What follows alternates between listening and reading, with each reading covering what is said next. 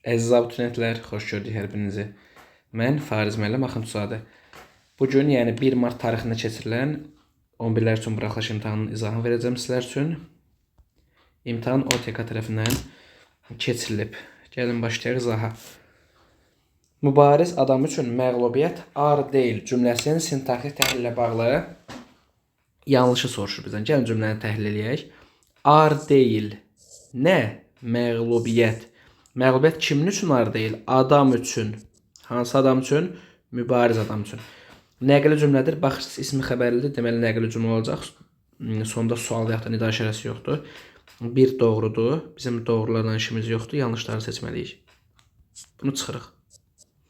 Ümumi şəxsi cümlədir. Mübtədanı görürsünüz. Mübtəda varsa buna müəyyən deyəcəyik. Ümumi şəxsli deməyəcəyik. 2 yanlışdır. Cümlə üzvlərinə görə təhlili sxeminə uyğundur. Mübtəda, tamamlıq, xəbər. Təyini qeyd eləməyibdir. 3 də yanlışdır. Söz birləşməsi ilə ifadə olunan cümlə üzvü yoxdur. Ar deyil xəbərdir. Söz birləşməsi deyil. Sadəcə bura deyil hissəciyə adlarının inkarını düzəldib. Tamamlıq da qoşmalı isimlə ifadə olunub. Bura söz birləşməsi sayılmır. Mübtəda ilə deməli təyindən hissəsinə ifadə olunub. Ona görə söz birləşməsi ilə ifadə olunan cümləsi yoxdur. Fikirdə doğrudur. Düzgün cavabımız 2 və 3 E variantı olacaq. Aha. Sonuncu saytı uzun tələffüz olunan sözdür. Bilirsiniz ki, 2 dənə eyni sayt yanaşı gəlirsə, biri düşüb digəri uzanacaq. Ona görə biri seçirsiniz. Eyni zamanda əmtəl sözündə sonuncu sayt uzanacaq. Biri düşür, digəri uzanır. İcraatda da A-ların biri düşür, digəri uzanır. Yəni burada sonuncu sayt uzanmış sayılır. Dahiyanə burada A və bu A uzanacaq. Rütubətdə də U uzanacaq. Düzgün cavabımız 1, 3, 4 E variantı olmuş olur. Tərkibində həmcins üzv olmayan hansı cümlədə tabesizlik əlaqəsi var? Deməli, həmcins üzv olmasın, amma tabesizlik əlaqəsi olsun. Yoxsul çox şey istər, həris isə hər şeyi istər. Nə edər? İstər. Kim? Yoxsul. Nə edər? İstər. Kim? Həris. Yoldaşlar, görürsünüz, bu cümləmiz tabesiz mürəkkəb cümlədir. Burada həmcins üzvlər yoxdur. Və bilirsiniz ki, tabesizlik əlaqəsinin 2 dənə işlənmə yeri var. Bir həmcins üzvlər arasında, bir də tabesiz mürəkkəb cümlənin tərəfləri arasında. Və A variantındakı cümləmiz tabesiz mürəkkəb cümlədir. Həmcins üzv yoxdur. Amma həmin tabesiz mürəkkəb cümlənin tərəfləri arasında tabesiz əlaqəsi var. Ona görə cavabımız A variantı olur. Hər bir məğlubiyyətin başına təkəbbür və xudbinlik durur. Burada təkəbbür və xudbinlik deməli həmcins mübtədalardır. Deməli həmcins üzv var. Ona görə B-ni çıxırıq. Elm və sənətdə güclü rəqabət olmasa, inkişaf da olmaz. Burada elm və sənətdə sözləri deməli həmcins tamamlıqlardır. Yəni cümlə üzvü var. Bunu da çıxırıq. Yüksəyə qalxmaq istəyirsinizsə, lap aşağıdan başlamalısınız. D variantında həmcins üzv yoxdur. Mürəkkəb cümlədir. Və bu sasədən görürsünüz ki, bu tabeli mürəkkəb cümlədir. Tabeli mürəkkəb cümlənin tərəfləri arasında tabeli əlaqəsi olur. Amma bizə tabesizlik əlaqəsi lazımdır. Ona görə D-də çıxırıq.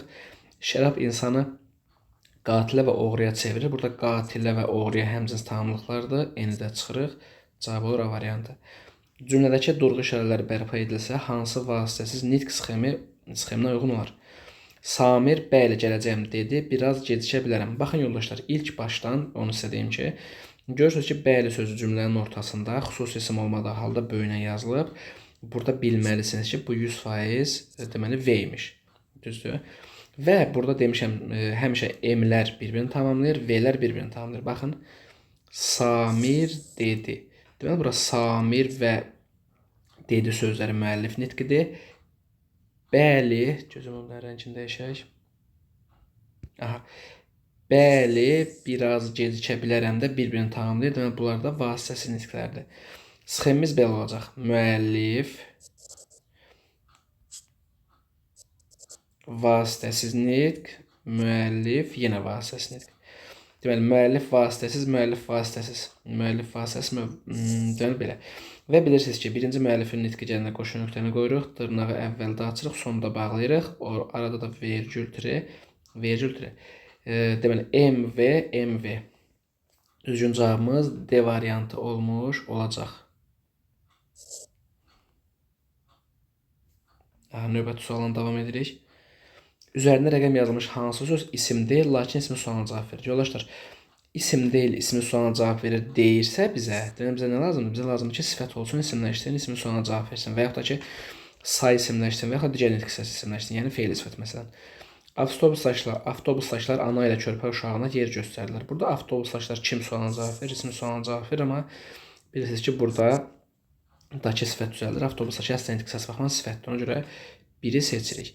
Ana onsuz da isimdir. Uşaq isimdir. Yer göstərilir, yer isimdir. Körpə sözü onsuz da sifətdir. Bura necə sualına cavab verir? Körpə uşaq, necə uşaq? Yəni bu isimləşməyib. Düzgün cavabımız 1, yəni D variantı olmuş olur.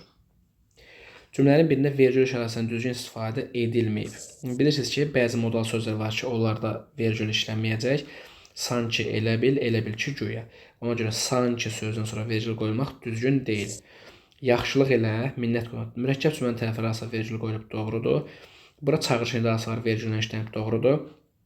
Qızılın dostu, qızıl satanın sahibini, qızıl sahibinin düşməni çoxdur. Bura çoxdur sözü ixtisar olunub. Qızılın dostu çoxdur, vergül, qızıl sahibinin düşməni çoxdur. Bura mürəkkəb cümlə sayılır, ona görə aralarında vergül var, doğrudur.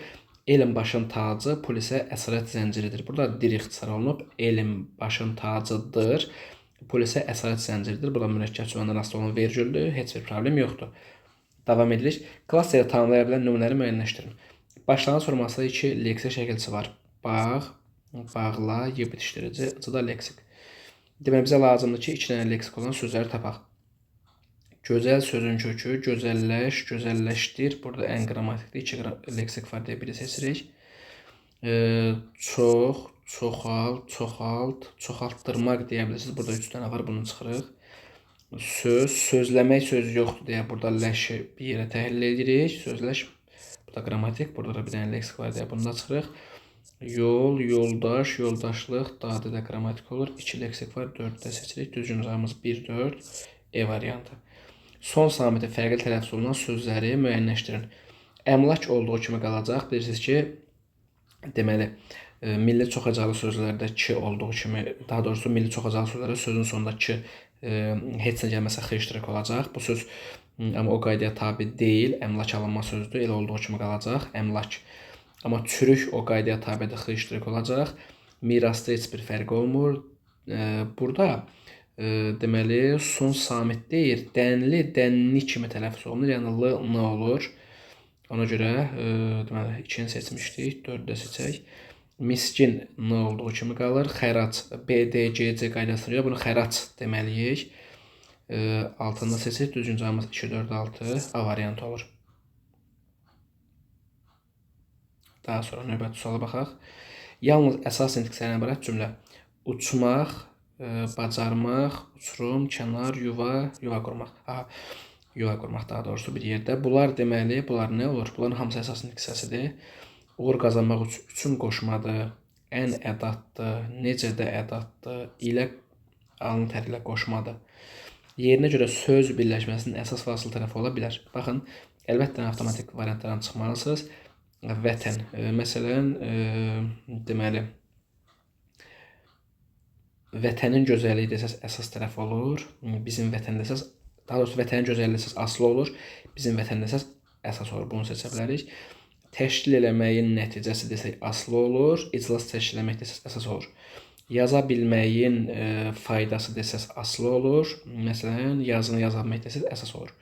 Ona görə 1, 2, 3 seçirik. Cavabımız elə B variantı olmuş olur. 1, 2, 3. Keçək mətnə. Mən mətni əvvəlcədən oxumuşam. İndi mətnə istinad edərək cavabları bir-bir sizə üçün izah edəcəm. Mətnə görə Stuart Austin Weyer'in məqsədlərindən idi. Ölkədə iqtisadi böhranı qarşılamaq. Xeyr, Stuartın məqsədi iqtisadi böhranı qarşılamaq deyildi. Sadəcə iqtisadi böhran nəticəsində o, deməli, baxın burada yazılıb. O hissəni göstərim sizə. Böyük böhran başlayanda o qap arxasına qaldı. Onun xidmətlərini sadəcə lazımsızlaşmışdı. Yəni o artıq işini dəyişib başqa bir işə keçir. Yəni məqsəd böhranı qarşılamaq deyildi. Biri çıxmış olacaqsınız. Daha sonra deyə bilərik ki, peşə fəaliyyətini dəyişir. Çünki əvvəl nə idi? əvvəl inşaat mühəndisliğini bitirib, amma sonra vəkil olub peşə fəaliyyətini dəyişmək deyə bilərik. Şirkətin marağını qorumaq, bunu saxlayırıq. Taleyini dəyişmək, bəli, öz taleyini dəyişmək üçün çalışdı, işində dəyişdi, 4-də seçə bilərsiniz.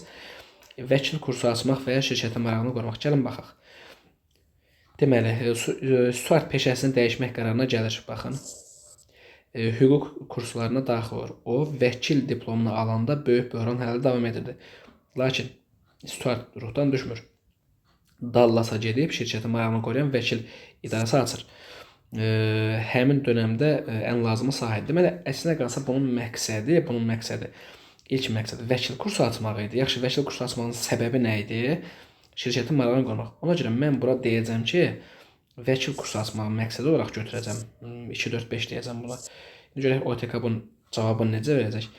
Şirkətin marağını qorumaq da hardasa uyğun gəlir, amma məntiqinə yanaşsaq, məqsəd vəkil kursu açmaq idi. Amma daha fərqli yanaşsaq, daha biraz fərqli düşünsək, məqsəd şirkətin marağını qorumaq idi. Şirkətin marağını qorumaq üçün də vəkil kursu açdı. O görə məqsədə gəlin məqsədə nəyi götürək? Bir dəqiqə. Taleyini dəyişməyə götürək və şirkətin marağını qorumaq deyək. Məqsəd şirkətin marağını qorumaqdır. Bunun üçün vəkil kursu açsın. 2, 3, 4 deyək bu sualın cavabına. Burada deməli A və D arasında qaldıq. D-ni seçdik. Görək OTK cavabın nə verəcək? 12-ci suala baxırıq. Çərçivə daxilindəki hissə ilə bağlı doğru fikri müəyyənləşdirin. Söhbət bu çərçivədən gedir yoldaşlar. Bir-birinə əks olan hadisələr təsvir olunub. Gəlin baxaq. Stuart inşaat mühəndisliğində təhsil alıb öz ixtisası üzrə uğur qazanmaqda davam edir. Lakin kökü iqtisadi problemlərə bağlı olan böyük böhran başlarında o qapı arxasında qalır. Demək, birinci uğur qazanır, sonra qapı arxasında qalır. Deyə bilərik ki, zid hadisələr təsvir olunub. Əsas səyahətdir, bəli görürsünüz, bu mətnin giriş hissəsidir. Son abzası nəticədir, deməli bu əsas sayılacaq. İkini də doğru olaraq götürürük. Problemin həllindən bəhs olunur, baxaq. Böyük böhran başlarında qapı arxasında qaldı. Onun xidmətləri sadəcə lazımsızlaşmışdı. İnsanlar bir tikə çörəyə möhtac qalmışlar. Heç kim tikinti haqqında fikirləşmirdi. Görürsünüz ki, səyahətdən bəhs olunmur, 3-ü çıxırsınız. Stuartın iş həyatı haqqında məlumat verib, uğur qazanmasından danışır, quyruğu qapı arxasında qalmaqdan danışır, fəaliyyətin lazımsızlaşdırmasından danışır. İş həyatı haqqında deyə bilərik. Mətnin məzmununa uyğun olmayan fikir. Burada mətnin məzmununa uyğun olmayan bir fikir görmədim. Yəni, quyruğu qapı arasında qalmaq məcazi ifadədir. Burada bir problem yoxdur. Heç kim çörək haqqında fikirləşmir, çünki böhran var idi. Yəni, bu da uyğunsuz bir cümlə deyil. Ona görə bunun cavabı 1, 2, 4, yəni C variantı olmuş olacaq. Daha sonra davam edirik. Üzərində rəqəm yazılmış sözlərin kontekstə uyğun izahı. Deməli yoldaşlar, burada bir vəkil sözünün üzərində rəqəm var, bir də böhran sözünün üzərində rəqəm var. Baxaq indi. Həddən artıq əmtəə istehsalı nəticəsində meydana gələn istehsal azalması və iqtisadi durğunluğa böhran deyə bilərik. Deməli, birə uyğun gəlir. Sevinç əhval-ruhiyyəsinin, nikbinliyin, ətraf aləmə marağın itməsi ilə səciyənin psixi pozğunluq. Buradakı böhran o psixi pozğunluq mənada böhran deyil də. Deməli, iqtisadi çöküntü baxımından böhrandır. Ona görə B heç birinə uyğun deyil. Məhkəmədə müqəssiri ittiham edən şəxs vəkil ittiham etmədə müdafiə edir deyə bunu çıxırıq. Məhkəmə orqanlarına baxılan iş haqqında hökm və ya qərar çıxaran şəxs hakimdir. Bu da uyğun gəlmir. Məhkəmə tərəflərin əvəzinə iş aparan şəxs, bəli, bura vəkil tərəfin əvəzinə iş aparır. İçində yazırıq bura. Deməli, 1-ə A uyğun gəlir, 2-yə E uyğun gəlir. Cavab olsun, ne variantı. Mətnə görə güvənli həyat şəraitinin qorunması üçün insanlar nəyin axtarışında olurlar? Gəlin mətnə baxaq. Deyir ki, güvənli həyat tərzini saxlamaq üçün insanlar yeni qazanc yerləri axtarırlar. İndi baxaq. Deməli, mətnə əsasən yeni qazanc yeri, yeni gəlir yeri deyə bilərik. Nəyi axtarışında olurlar? Yeni gəlir yerini deyirik. Çünki burada yazılmışdı ki, qazanc yeri, qazancdan gəlirdə eyni məna verəcək. Ona görə yeni gəlir yeri E variantı olsun. Sonuncu abzasın nöqtələrin yerinə uyğun gələn ifadə. Gəlin sonuncu abzasda baxaq. Hə, buradadır. Deyir ki, gəlin bir cümlə əvvəl oxuyaq. O qədər səylə oxudu ki, digərləri təhsilini 5 ilə təkmilləşdirdikdə halda Stuart bunun öhdəsindən 2 ilə gəldi. Deməli, uğura gedən yol ailənin ehtiyaclarını təmin edir. Xeyr. Ən azı 2 sahədə mükəmməl təhsil almaqla başlayır. Xeyr. Həyatın başlanğıcı deməkdir. Xeyr. Körpəlikdən başlayır. Xeyr. İnsan dayanmadan öz üzərinə çalışmasından keçir. Bəli, cavab E olacaq. Çünki digərləri 5 ilə bitirir, bu 2 ilə bitirir. Niyə? Çünki dayanmadan öz üzərində çalışır. Keçək açıq tipli test tapşırıqlarına. Mətnə əsasən sxemi tamamlayan fikir yazın. Həyatda insanın problemi kim həll etməlidir? Stuart obrazının fonunda görürük ki, kim həll etməlidir? İnsan özü həll etməlidir. Mətnə istinad etməli fikrinizi əsaslandırın. Baxın, gəlirik bu hissəyə, deyirik, görürsünüz. İlk əvvəl böhran nəticəsində o işdən xidməti lazımsızlaşdırıldı. Onun işi kölgədə qaldı. Sonradan o mübariz oldu. Həvəsdən düşmədi, getdi, vəkillik kursunu açdı. Bu ifadələri də bura yazsaq, sualımızın düzgün cavabı olacaq. Daha uzun yazıb vaxt aparmaq istəmirəm. Baxaq, səbəb nəticə hissəsidir. Sənayedə və müəyyən biznes sahələrində tələb olunan xüsusi biliklər universitetdə öyrədilmir. Bunun nəticəsini yazmalıyıq. Gəlin, bunun əksini mətnində tapaq. Baxın, deyir ki, lakin bir çox sənaye və biznes sahəsi universitetlərdə tədris olunmayan xüsusi bilik tələb edir. Əgər siz bu biliyə sahib deyilsinizsə, iş təklif edənlərin etirazını qıra bilməyəcəksiniz. Buna görə də bəzən uğurlu karyera insanın peşə fəaliyyətini kökündən dəyişməsi, tamamilə yeni sənətə yiyələnməsilə başlayır.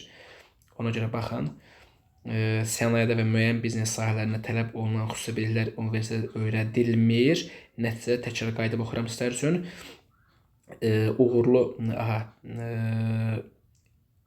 Nəticədə biz iş təklif edilən etirazını qıra bilməyəcəyik. Buna görə də bəzən uğurlu karyera insan peşə fəaliyyətinin kökündən dəyişməsi, tamamilə yeni sənətə yiyələnməsilə başlayır. Bunları yazsanız olacaq düzgün cavabınız.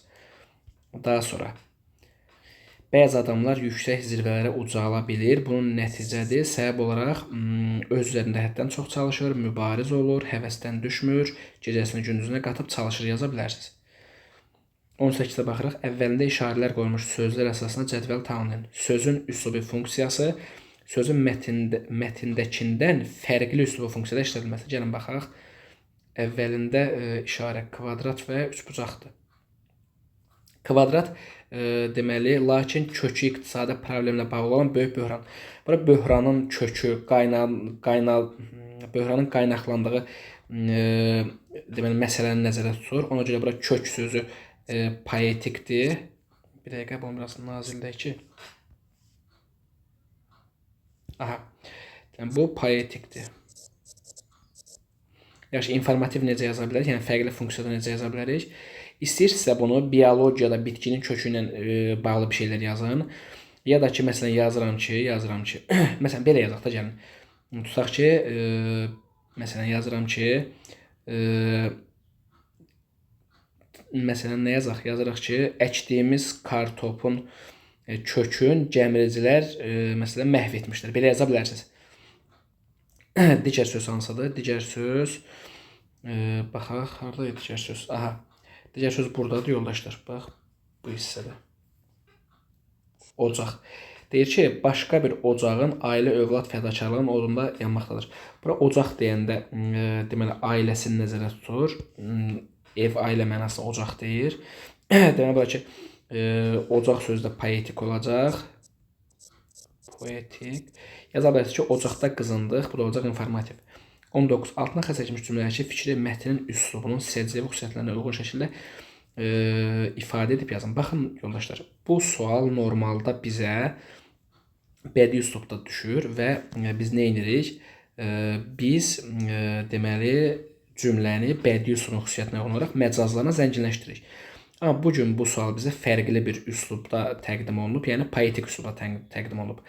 İndi poetik üslubdakı cümləyə baxırıq ki, bu cümlədən söhbət gedir. Təhsil çırağını yandırmağa vaxt tapmıram, çünki varlığım artıq başqa bir ocağın ailə və övlad fədakarlığının odunda yanmaqdadır. Burada biz görürük ki, poetik mətn, daha doğrusu publisistik mətndə həddən çox məcazların işlənməsi üsluba ziddir. Ona görə biz bu cümlədə məcazları çıxarıb cümləni elə yazmalıyıq. Təhsil çırağını yandırmağa vaxt tapmıram. Yazırsınız ki, Öz təhsilimə vaxt ayırmıram, təhsilimi davam etdirməyə vaxt ayırmıram. Çünki varlığım artıq başqa bir ocağın ailə və övlad fədakarlığının odunda yanmaqdadır. Ümumi belə yazaq. Yazaq ki, təhsilimə vaxt ayıra bilmirəm, çünki vaxtımın daha çox hissəsini ailə və övladlarım üçün ayırıram. Belə yazsaq, bu düzgün hesab olunmuş olacaq.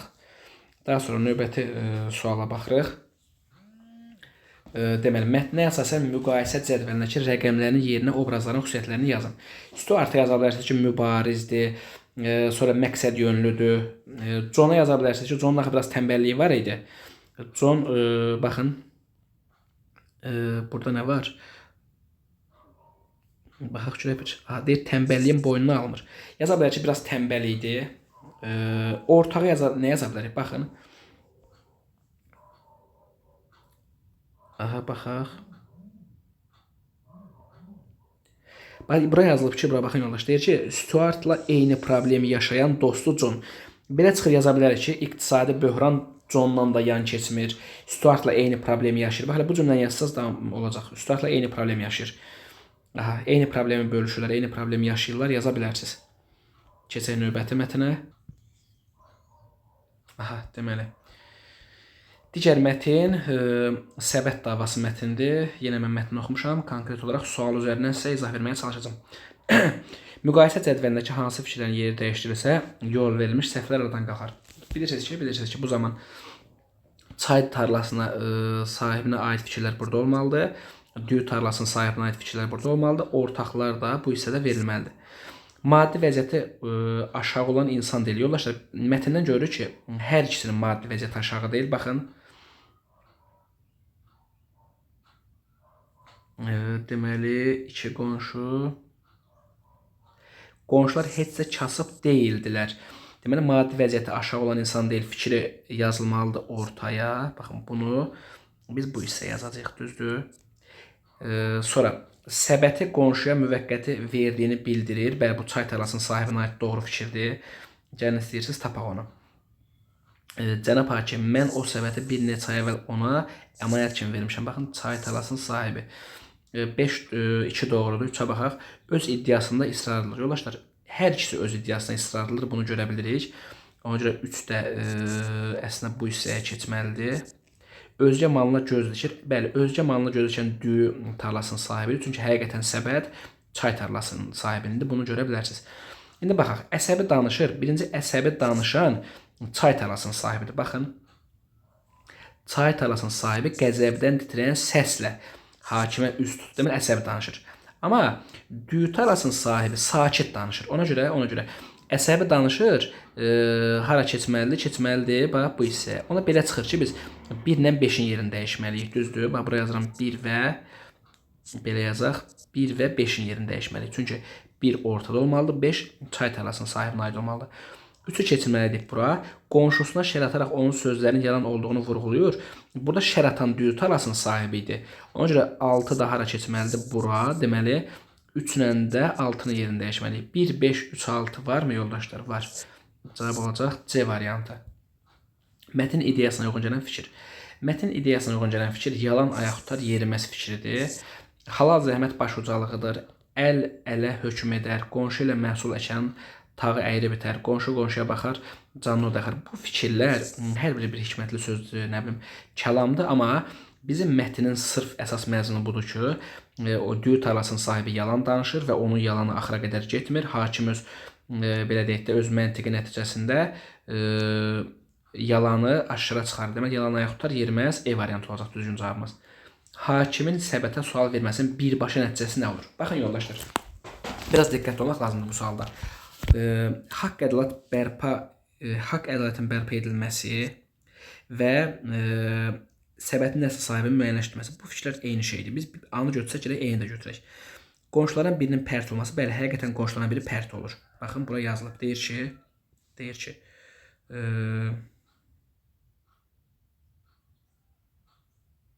baxaq görək bir. O hissəni tapım sizlər üçün.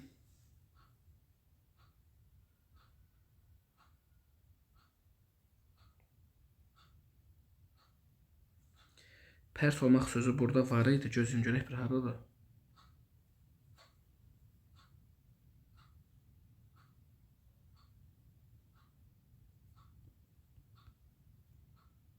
Aha, deyir ki, düyü tarlasının sahibi utanandan qızarıb bozarırdı. Deməli, əslində bu da var. Səbətin əzmi, bəli, həm də səbət əzilir. Baxın, deyir ki, e, baxın görək harada o əzmə məsələsi.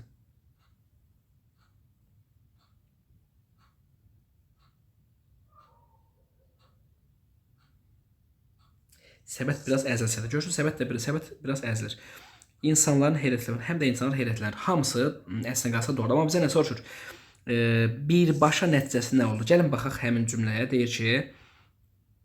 Deyir ki, hakim ciddi bir görkəmlə ona müraciət etdi. Ey dil sağalsa səbət dilə gəl və həqiqəti sahibinin kim olduğunu de. Məhkəmə salonuna heyrət dolu ağır bir sükut çökdü. Birbaşa deməli səhv nə oldu görürüz? Birbaşa insanların heyrətlənməsi oldu. Ona görə bu düzgün cavabımız B olmuş olacaq burada. Cədvəldə uyğun fikirləri müəyyənləşdirin. Mətndə təbliğ olunur, mətndə tənqid olunur. Ədalətli qərar çıxarmaq təbliğ olunur, işində peşəkar olmaq təbliğ olunur. Qonşudan geri qalmaq təbliğ oluna bilməz, bunu çıxın, daha doğrusu qalmamaq. Elə bir şeydən danışılmır. Mətndə tənqid olunur, haqqın müdafiə olunmaması. Yoldaşlar, mətndə haqq müdafiə olunmurmu? Olunur. Ümumiyyətlə, bu yanlış bir fikirdir. Bunu çıxırsınız avtomatik. Problemin ötəri həll etmək.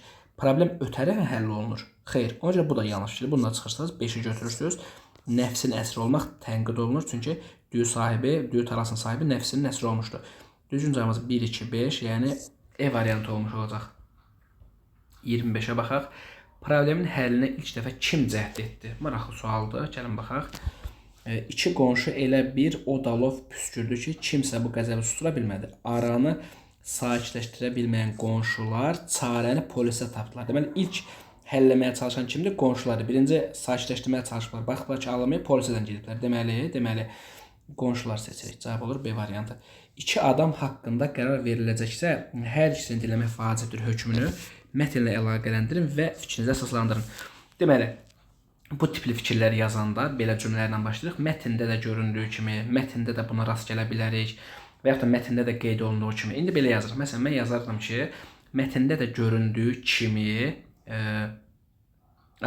mətndə də göründüyü kimi hakim deməli həm düyü tarlasının sahibin, həm də çay tarlasının sahibin deməli dindirdi. Hər ikisinin nitqinə qulaq asdı və axırda özü onların nitqindən bir nəticə çıxardı. Özü belə deyək, öz peşəkarlığı nəticəsində kimin düz, kimin yalan dediyini tapdı. Belə bir fikirlər yaza bilərik. 27-yə baxırıq. Mətnin hər üç tərkib hissəsini əhatə planı tanımlayıb yazın. Giriş sənə özü verib, əsas sənə nə yaza bilərik? Əsas isə görürsünüz ki, hakimin danışığı, hakimin belə deyək də kim haqsız olduğunu müəyyənləşdirməkdir. Ona görə belə yaza bilərik ki, məsələn, nə yaza bilərik? Məsələn, hakimin araşdırması yaza bilərsiniz. Sonra nə yaza bilərsiniz? Məsələn, problemin həllinin araşdırılması, belə bir şeylər yaza bilərsiniz. Nəticəyə də nə yaza bilərik? Həllini tapan problem, günahkarın müəyyənləşdirilməsi, üzə çıxan həqiqət, bu tipli bir şeylər yaza bilərsiniz. 28. Çərçivədə verilmiş ifadəni yerinə görə əvəz edə bilən məcazi mənalı nümunə yazın. Çərçivəyə baxaq yoldaşlar. Çərçivə imtina edirdi. İndi isə o malımı mənə qaytarmaqdan imtina edib, boyun qaçırmaq yaza bilərik bura. Gəlin bunu yazaq, heç olmasa. Boyun qaçırdı. Və yaxud da boyun qaçırmaq yazıram mən. Mətni əsasən cədvəlləri tamamlayın. Hakim həqiqəti bu ipucu əsasında müəyyənləşdirdi. Səbətin ətrafına çay toxumlarının tökülməsi, səbətin ətrafına düyü qırıntılarının tökülməsi. Baxın yoldaşlar, deməli, düyü tarlasının sahibi iddia edirdi ki, mən bunu bazardan almışam və həmin gündən məndədir, düzdür? İndi səbətin ətrafına çay toxumlarının tökülməsi bunu göstərir ki, bu əvvəldən səndə idisə, necə bundan çay toxumları tökülür? Ona görə həqiqəti bu ipucu əsasında müəyyənləşdirilir. Çay toxumların tökülməsi. Elə fikrinizdə, bax, mən deyən kimi yazsanız doğru olmuş olacaq. Altından xətt çəkilmiş cümlədəki fikri mətnin üslubunun səciyyəvi xüsusiyyətinə uyğun başqa bir cümlə ilə ifadə edin. Bu bayaq dediyim tipdir. Bədii mətndə üsluba uyğun olaraq məcazlarla zənginləşdirməlisiniz. Baxaq, hardadır o cümlə? Buradadır. Deyir ki, o elə bilirdi ki, heç kim yalan danışdığını görməyəcək. O elə zənn edirdi ki, deməli yalanın üstü açılmayacaq və yaxud da belə deyək də maskasının arxasındakı üzü bilinməyəcək. Belə bir şeylər yaza bilərsiniz. Bu qədər yoldaşlar. Ümid edirəm ki, faydalı oldum sizlər üçün. Fikirlərinizi şərh bölməsinə yaza bilərsiniz. Hansı sualda problem yaşamısınızsa, onu şərh bölməsinə yaza bilərsiniz. Bura deməli əvvələn nömrəmi qeyd eləmişəm. Yaza bilərsiniz. Sizi Telegram, WhatsApp qruplarına əlavə edə bilərəm. Eyni zamanda onu deyim ki, blog üçün sürət qrupları açılacaq onlayn formada. Onlara müraciət edə bilərsiniz. Bu qədər yoldaşlar. Sağ olun, sağlıqla qalın.